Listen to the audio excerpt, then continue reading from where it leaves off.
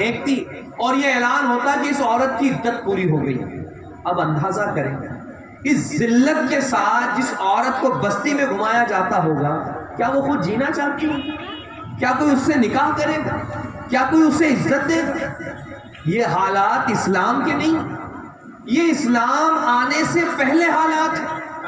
پھر اس کے ساتھ ساتھ لونڈیوں کی خرید، مردوں کی خرید و فروخت. آج نالج نہیں ہونے کی وجہ سے یا معلومات نہیں ہونے کی وجہ سے، چونکہ مطالعہ ہم لوگ کرتے ہیں، اعتراضات جو اسلام پر آتے ہیں اس میں ان باتوں کو لایا جاتا ہے کہ تمہارے نبی جو ہے کہ رحمت للعالمین ہے، اور تمہارے نبی کے زمانے میں بھی تو مرد عورت خریدے بیچے جاتے. تمہارے نبی نے بھی کنیزیں خریدی ہیں، مردوں کو خریدا، غلام بنائے ہیں. تو یہ کیسا نبی ہے تمہارا؟ اور لوگ یہی سوچتے ہیں کیوں حضرت، کیوں امام صاحب، کیوں مولانا صاحب، ایسا تھا کیا؟ اور ہم بھی سنتے ہیں لونڈی اور غلام کے بارے میں. تو لونڈی اور غلام کا تصور یہ اسلام نے نہیں دیا، بلکہ حضور کی آمد سے پہلے یہودوں کے یہاں بھی، نصارہ کے یہاں بھی، کیسر و کسریٰ کے یہاں بھی، یعنی معاشرے میں پہلے سے یہ بلا موجود تھی. نوبت تو یہ ہوتی تھی کہ کسی نے کسی کو قرض دیا، ایک مدت مقرر ہو گئی کہ اتنے وقت میں قرض ادا کر دینا. وہ مدت آئی، سامنے والا قرض ادا نہیں کر سکا، وہ قرض دینے والا اب اسے غلام بنا کے رکھ لے. چوری کسی نے کر لی، چوری کے بدلے غلام بنا لیا جائے. یعنی غلام بنانے کے طریقے یہ اسلام نے نافذ نہیں کیے ہیں، بلکہ حضور کی آمد سے پہلے یہ سارے طریقے موجود تھے. مگر آج کیا ہوتا ہے، ان باتوں کو بھی حضور کی طرف منسوخ کر دیا جاتا ہے، اسلام کی طرف منسوخ کر دیا جاتا ہے.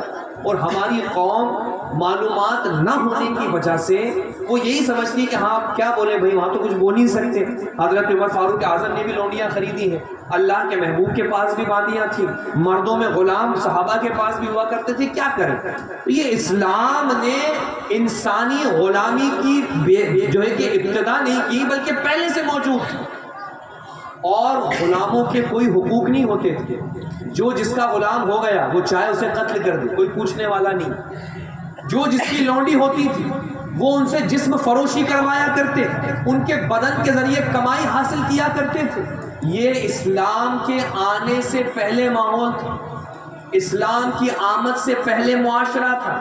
نہ مردوں کی عزت، نہ عورتوں کی عزت، نہ کسی کی جان کی حفاظت، نہ کسی کی مال کی کوئی گارنٹی.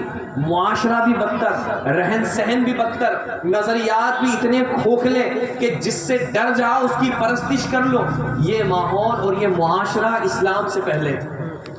وہ لوگ ذرا آئینہ دیکھیں جو اسلام کے بعد مسلم بچیوں کے لیے یہ نظریہ رکھتے ہیں یا انہیں یہ سکھاتے ہیں کہ تمہارے مذہب نے تمہیں باندھ دیا، مردوں کے ساتھ برابری نہیں دی ہے، تمہارے اسلام نے تمہیں حقوق کیا دیے ہیں. تو یہ جو عورتیں جلائی جا رہی ہیں یہ اسلام میں نہیں جلائی جا رہی، اسلام سے پہلے جلائی جا رہی.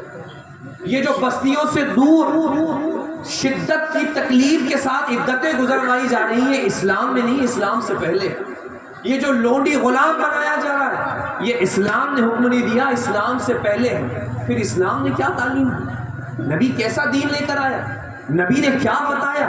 تو قربان جائیں، اللہ کا نبی اعلان نبوت تو 40 سال کی عمر میں فرماتا، اور یہاں بھی کچھ تنگ نظروں نے اس 40 سال سے یہ مطلب لے لیا کہ 40 سال میں نبوت ملی.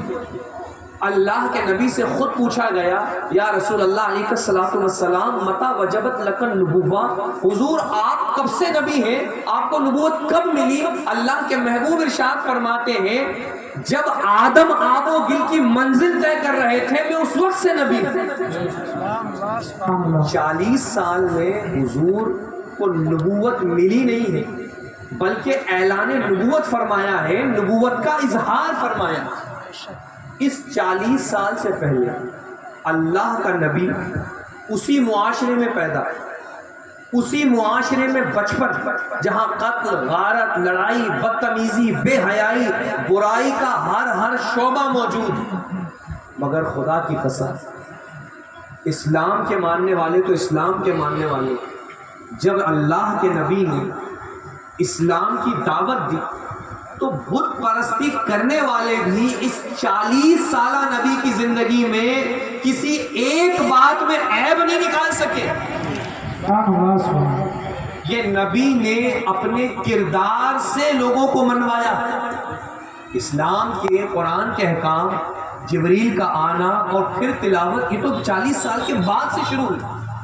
مگر اس سے پہلے نبی کونین نے معاشرے میں رہ کر بتا دیا. آج اگر لوگوں کے بچے بگڑتے ہیں، گالیاں بک رہے ہیں، سگریٹ پی رہے ہیں، انٹی کھیل رہے ہیں، طرح طرح کی برائیوں میں مبتلا ہیں، نشہ کر رہے ہیں، پتے کھیل رہے ہیں، لوگ کیا کہتے ہیں صاحب معاشرہ ایسا، ہمارے یہاں کا کلچر ایسا ہو گیا ہے، اب جس محلے میں رہتے ہیں وہاں کے حالات ایسے ہو گئے ہیں. تو ہم مجبوری میں پیش کرتے ہیں حالات کو، اور اللہ کا نبی ایسے حالات میں اپنے کردار کو پیش کرتا ہے. تم اس نبی کے ماننے والے اور اسی نبی کا اس امت میں دین اسلام. آج لوگ کہتے ہیں کبھی ماں عائشہ صدیقہ کو لے کر، اتنی کم عمر عورت سے آپ کے نبی نے شادی کی، دنیا بھر کی بکواسیں نیٹ پر ڈلی ہیں، اور مسلم عورتوں کو اسلام سے بزن کیا جاتا ہے. دیکھو تمہارے نبی ایک نہیں، دو نہیں، اتنی ساری شادیاں کی انہوں نے. اور پھر نامعلوماتی کی وجہ سے اپنے اسلام سے لوگ بزن ہوتے ہیں. ارے اسلام کا وہ باب بھی تو پیش کیا جاتا جب اللہ کے نبی کی عمر مبارک 25 سال ہے، بھری جوانی ہے، اور حضور کے اس وقت کا جوانی کا عالم، حسن کا عالم، جمال کا عالم، کمال کا عالم، خود جب نبی کونین کا نکاح ہوا ہے اور ابو طالب نے خطبہ پڑھا ہے، عرب میں برملا خطبے میں اعلان کیا گیا کہ لوگوں، میرا یہ بھتیجا محمد صلی اللہ علیہ وسلم، اس کا جس کسی قریش کے جوان سے موازنہ کیا جائے یہ سب پر بلند و فائق نظر آتا ہے. ابھی اعلان نبوت نہیں ہوا، 25 سال کی عمر حضور نے پہلا نکاح کیا. کس سے کیا پہلا نکاح؟ آپ کی ہماری امت کی ماؤں میں سب سے پہلے امت کی ماں ہونے کا شرف اللہ نے کسے عطا فرمایا؟ کسے ملا؟ اسٹیج کے لوگ تو بولیں گے ہی، عوام میں سے بھی تو کوئی کہے. پوچھ لیا جائے کہ فلاں فلم اسٹار کا بھائی کون ہے، ساری ہسٹری بتا دیں. ہنسنے کی نہیں، رونے کی بات، کیونکہ جس عذاب سے پریشان ہونا، جس تعصب سے پریشان ہو، یہ اپنی ہاتھ کی کمائی کہیں اور سے نہیں آتا ہے. قوم وہ بیٹھی ہے سامنے کہ اگر نعرہ لگایا جائے تو پہلا نعرہ نبی پہ جان قربان، بات ہی ختم ہو جاتی. جب جان ہی قربان ہے تو اس کے نیچے تو سب قربان ہے. اور نوبت یہ ہے اپنے نبی اور نبی کی جتنی ازواج مطہرات ہیں وہ ہماری ماں ہیں. یہ شرم سے ڈوبنے کی بات ہے کہ ہمیں اپنی ماؤں کے نام نہیں پتا. قرآن نے اس کو فرمایا جتنی نبی کی ازواج مطہرات ہیں وہ امہات المومنین. پہلا نکاح ہمارے نبی نے جن خاتون سے فرمایا اور انہیں اہل بیت میں داخل کیا اور امت کی ماں ہونے کا شرف ملا، وہ حضرت سیدتنا خدیجہ کبریٰ رضی اللہ تعالیٰ. کیا نام ہے؟ مجمع ایک بار زور سے بولتے. حضرت خدیجہ. کیا نام ہے؟ کچھ لوگ بولتے کھتیجہ، کچھ کوئی کس طرح سے. تو خے کے بعد دال ہے خدیجہ. کیا نام ہے؟ دیکھیے نعرہ نہیں لگوا رہا ہوں، کم سے کم اپنی ماں کا نام تو ہم لے دیں. حضرت خدیجہ، ان سے حضور نے پہلا نکاح فرمایا. اور جو ظالم آج رسول کونین کو، کوئی شہوت پرست، کوئی کیا کوئی کہے اتنے سارے نکاح، تو ذرا نبی کی آمد اور نبی کے آمد کا منصب اور حضور کا طریقہ دیکھیں کہ حضور کا تو پہلا نکاح اور جوانی، شباب، جمال، کمال سب اس عروج پر ہے کہ کوئی حضور کا ثانی نہیں. اگر آج ہمارے یہاں کسی کالے کلوٹے بچے کے لیے بھی ماں رشتہ تلاشتی ہے نا تو اسے حور چاہیے، اسے گوری چاہیے، اسے چٹی چاہیے. وہ تو اللہ کے نبی اور ہر طرح سے بلند و فائق. مگر قربان جائے اللہ کے نبی نے اپنے پہلے رشتے کے لیے جو حامی بھری ماں سیدہ خدیجہ کبریٰ رضی اللہ تعالی عنہا، ان کے حضور سے پہلے ایک نہیں دو نکاح ہو چکے تھے. اور نکاح بھی کیسے؟ اگر عمر کا موازنہ کیا جائے تو حضور کی عمر مبارک 25 سال اور ماں سیدہ خدیجہ کی عمر مبارک 40 سال. کتنے سال کا فرق ہوا؟ 15 سال. یہ جو آج ہمارے یہاں بچیاں بیٹھی ہیں مسلمانوں کی، کہ وہ بیچارہ باپ جہیز اکٹھا کرتے کرتے بوڑھا ہو رہا ہے، کیونکہ بھائی سامنے والے دلال کو یا تو بائک دینی پڑے گی یا کار دینی پڑے گی، جیسی حیثیت کا جو ہے کہ آئے گا ویسا دینا پڑے گا. برا لگ رہا ہے تو لگاؤ، مجھے اس کی پرواہ بھی نہیں ہوتی، کیونکہ اسلام والے ہو کر اور ہم اسلام کو اتنا بدنام کریں. رشتوں میں باقاعدہ بات چیت ہوتی ہے، اتنا لیں گے، اور ہو کیا رہا ہے جناب؟ ان نکاح من سنتی. کارڈوں پہ کیا چھپے گا؟ ان نکاح من سنتی، حضور کی سنت ادا ہو. اللہ کے نبی کے نکاح دیکھو اور حضور کا فرمان نکاح سے متعلق دیکھو. اللہ کے محبوب تو فرماتے ہیں بہتر نکاح وہ ہے جس میں بوجھ کم ہو. اور یہاں اگر کسی کی بچی پیدا ہو گئی ہے تو اس کو اولاد کی پیدائش پر ہی غم آ جائے. بھئی کہاں سے اس کے لیے جہیز اکٹھا کروں؟ توبہ نعوذ باللہ. یہ ہم نے اپنی حالت خود کی. تو عذاب نہیں آئے گا تو کیا آئے گا؟ اور ظالم سر پہ مسلط نہیں ہوں گے تو کون ہو؟ اندازہ کریں اللہ کے نبی کا ایک ایک کردار ہمارے لیے اپنانے کی چیز. اللہ کے نبی نے جو نکاح فرمایا تو پہلے عمر کا فرق دیکھیں. کتنے سال کا فرق ہے؟ 15 سال. اگر ہمارے یہاں کسی بچے کے لیے رشتہ ڈھونڈے اور کوئی بتا دے لڑکی کی عمر کتنی 22 سال، لڑکی کتنی 25 سال، اور 3 سال بڑی لڑکی سے اپنے بیٹے کا رشتہ کریں گے؟ کیسا رشتہ لے آیا؟ اور کوئی نہیں ملا تھا تمہیں، تم اپنے بچے کا کرنا. خود سوچو، تم انکار کر جاؤ گے، دوسرے انکار کر جائیں گے، تیسرا انکار کر جائے گا. اس بچی کی عمر سال در سال بڑھے گی، اور جب قوم کا جوان اس سے شادی نہیں کرے گا تو وہ غیروں کے ساتھ نہیں جائے گی تو کیا کرے گی؟ چلے جائے تو گالیاں جوانوں کے منہ پہ خوب ہے، گندی گندی ننگی ننگی گالیاں ہیں. کیوں؟ مسلمان مر گئے تھے، جوان مر گئے تھے. ارے تو ظالموں، تم ہی تو ٹھکرا کے آئے تھے. کون تھا تم جوانوں میں سے، گالی دینے والوں میں سے، جو کہتا ہے کہ نہیں عمر زیادہ ہے کوئی بات نہیں، میرے آقا نے سیدہ خدیجہ سے نکاح کیا، ان کی سنت پہ میں اس کو نکاح کر کے لاؤں؟ وہ جذبہ نہیں جوانوں. گھریانے کے لیے فلانی یہاں پکڑائی، یہ ہوا، تو ذرا غور تو کرتے اس پر. اس کی بھی تو کوئی وجہ ہوگی، اس کی بھی تو کوئی مجبوری ہوگی. وہ بھی تو کہیں نہ کہیں جانتی ہے کہ میں پوری قوم میں بدنام ہو جاؤں گی.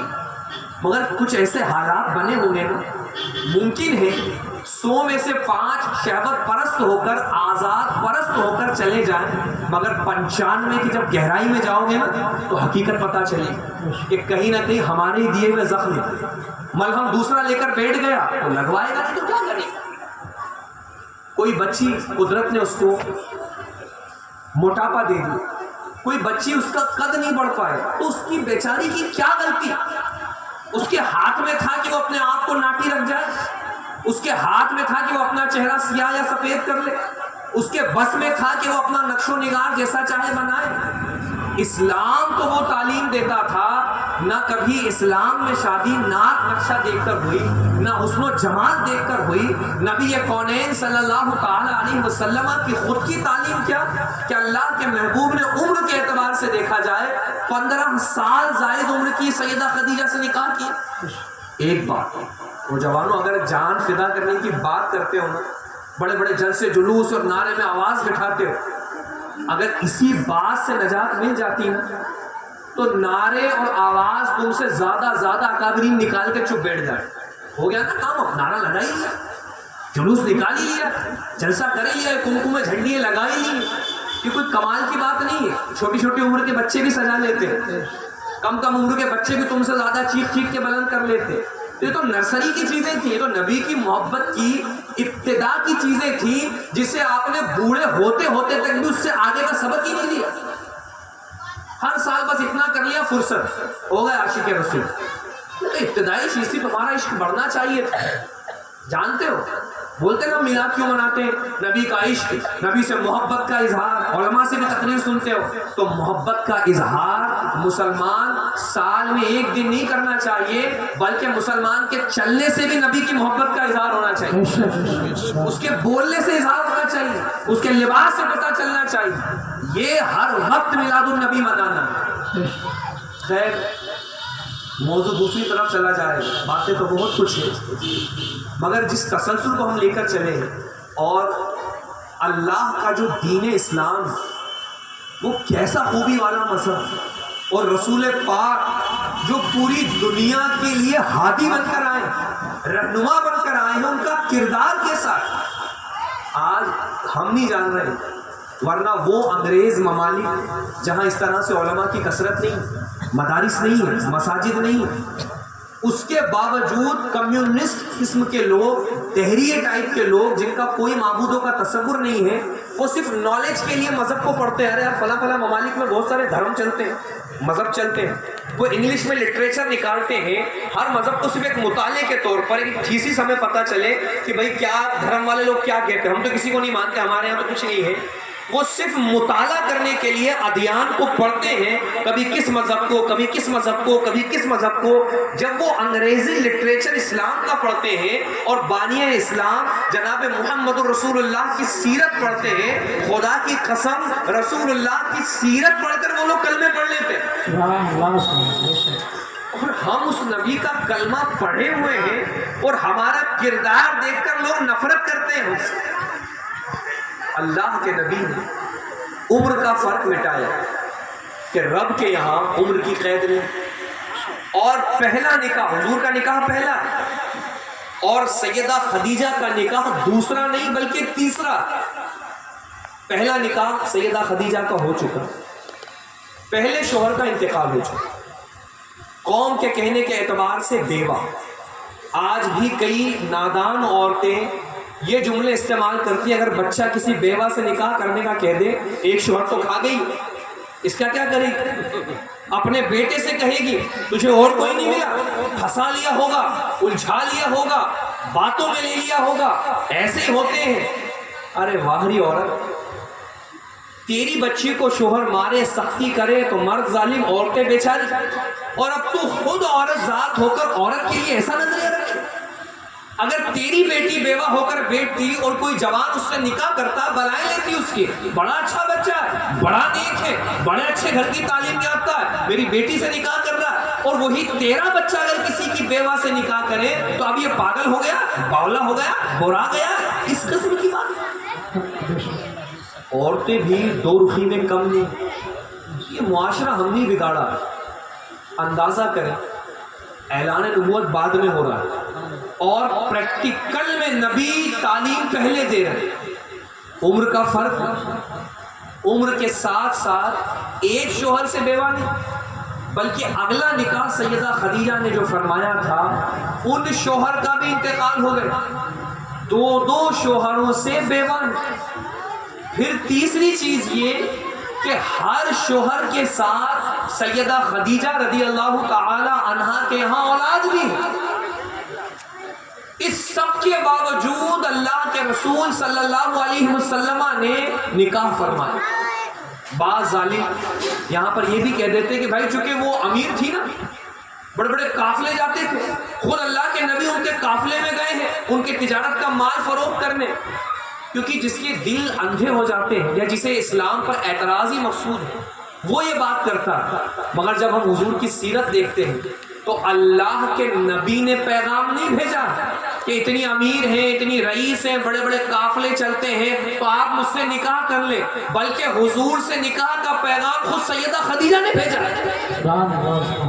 اور تم مال و دولت کی بات کرتے ہو.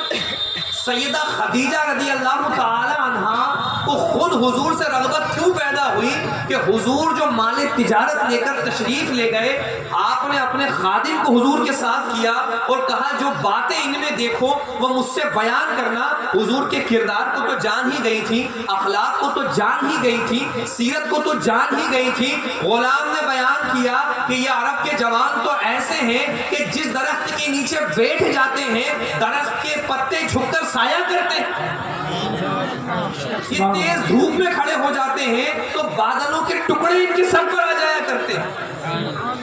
تو جس نبی کی خدمت درختوں کے پتے کرے, جس نبی کا ادب آسمانوں کے بادل کرے, وہ مال دیکھ کر کسی سے نکاح کرے.